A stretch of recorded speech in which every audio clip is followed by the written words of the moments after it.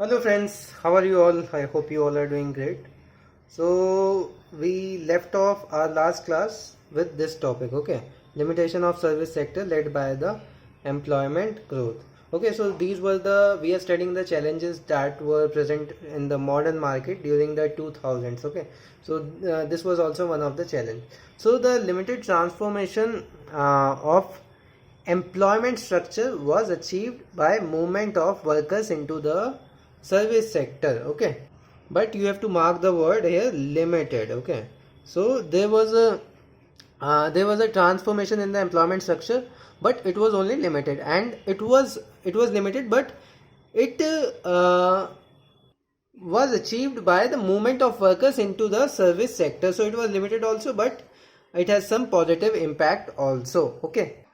So if I talk about the period of 1980s, so in 1980s 12 million new jobs were created under the category of CSPS, that is community social and personal services. On the other hand, there was a net decline or falling contribution of public administration and defense and education, scientific and research services, okay. And if I talk about the period of 1990s, so there was net decline in the service sector in all the categories, okay, that is CSPS or public administration and defense, okay. Now let's move on further in this timeline. So first we will discuss the first half of 2000, that what was the condition during the first half of 2000. So there was a large jump in CSPS, and large part of new jobs created were for the female workers, which were employed as the domestic help, okay. So here also let me show you the table, it will be more clear. So here is the service and construction sector, okay, and you can see that they have taken the three period, okay, so that you don't confuse about 1990s and 2000. So they are particularly given the period. First is from 1983 to 1993, okay, 1993-94, and second is 1994 to 2010, and the third one is second half of 2000, that is 2005 to 2010, okay. Now you can see the employment, see over here, okay. So in the service sector there was a employment of 43.7%, okay, during this period. So if I like I said here, it decreased in contrast with the 1980s, okay.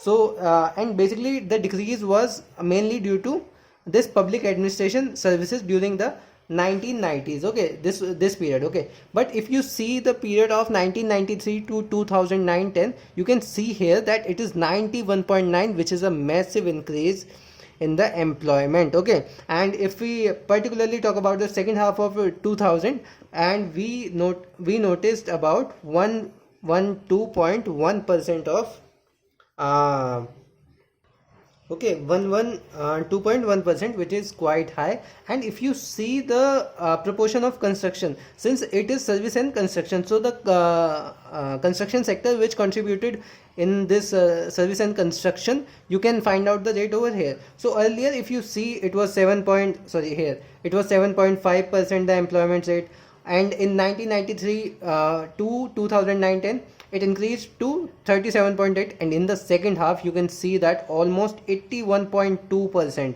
was from the construction sector only, okay. So we can see that the construction was the major source of employment since 2000, okay. After 2000, construction was major source of employment, okay, as we have seen from the table also.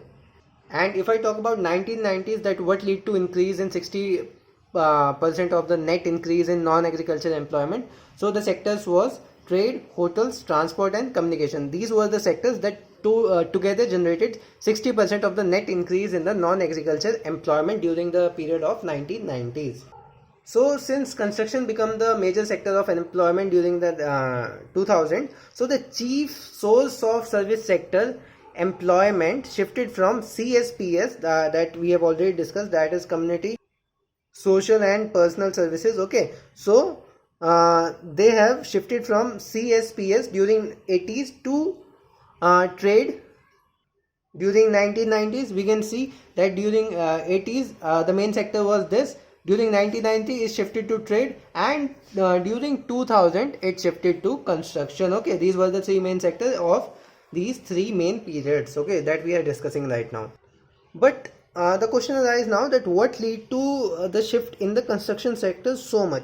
So the reason they have given is that these changes can be accompanied by the decrease in productivity and quality of the new employment. Okay, so this was the reason that more workers shifted to construction sector during the 2000.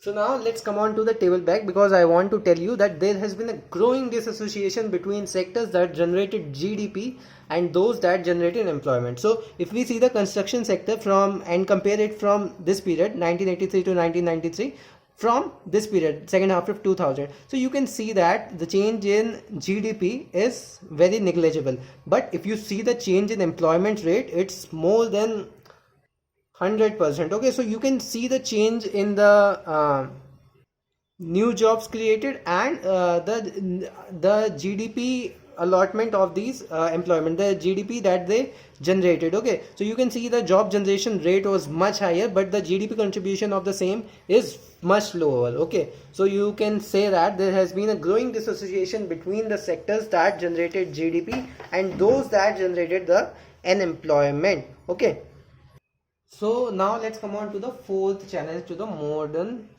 labor market. Okay, so labor force. Okay, so there was a rise in the rural construction job in less advanced state.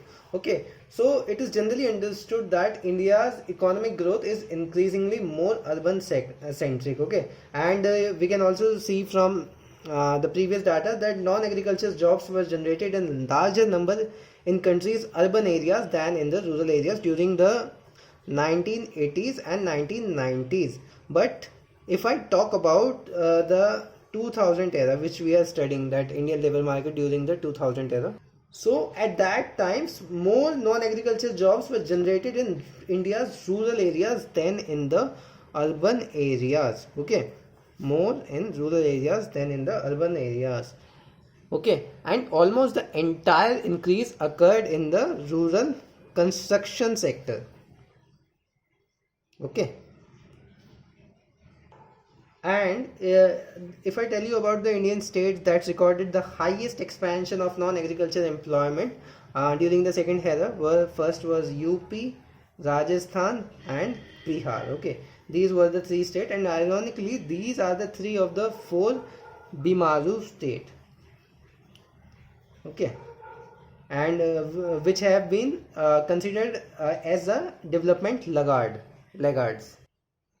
So these states were performing well. Okay, which we considered as the development laggards. Okay, so now question arises that how real are these reported increase. Okay, so in this context, the author has said that it needs to be investigated further, and it has given the example that the government schemes and yojana may have been corrupted and they have shown the wrong number, like Pradhan Mantri Gram Sadak Yojana. Okay, they may have been corrupted. Okay, so it has just given out the data, and we all know that there was a corruption, and just to improve the image of their political party, so they increase the number also. So the author also said there needs to be investigated further, and there should be more agency who would collect the real numbers during that period.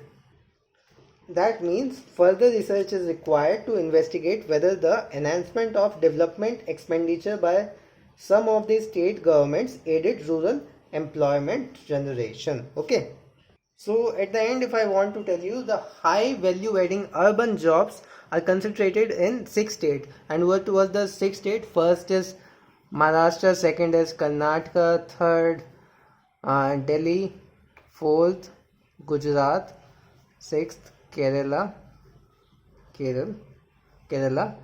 and last is AP. Okay, so Delhi is Union Territory, so you can see that.